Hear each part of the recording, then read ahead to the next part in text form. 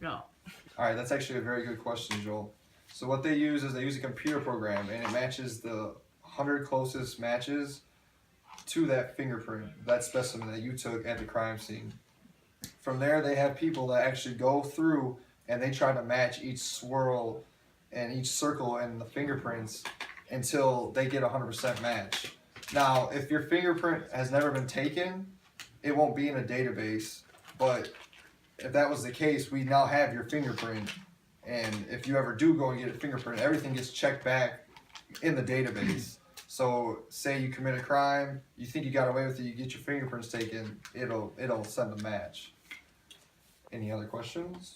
Yeah, regarding fingerprints, so say you are analyzing the crime scene and whatnot, and you happen to come across something that is touched on a day-to-day basis, like a dollar or anything regarding around that basis.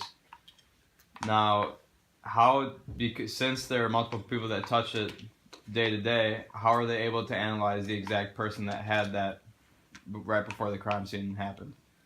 That's actually a really, really good question. So what they'll do is they'll swipe, or they'll dust that for prints, and they're gonna get a couple different matches, and it'll blend in on the all the different fingerprints will blend in, but what they'll try to do is get the most complete fingerprint possible, and that'll only happen if it was recently touched. So they'll get that recently touched fingerprint, and then they would send that off. Okay, thank you. Any other questions? Do they return the evidence after everything's done?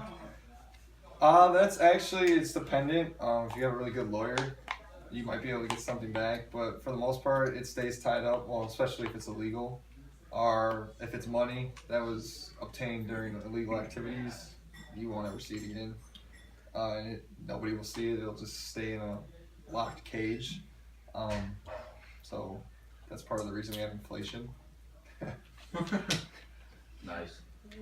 Any other questions? Yeah, another question regarding how long, if you get items back or whatnot, like what he said. So say something is stolen and then used in the crime scene.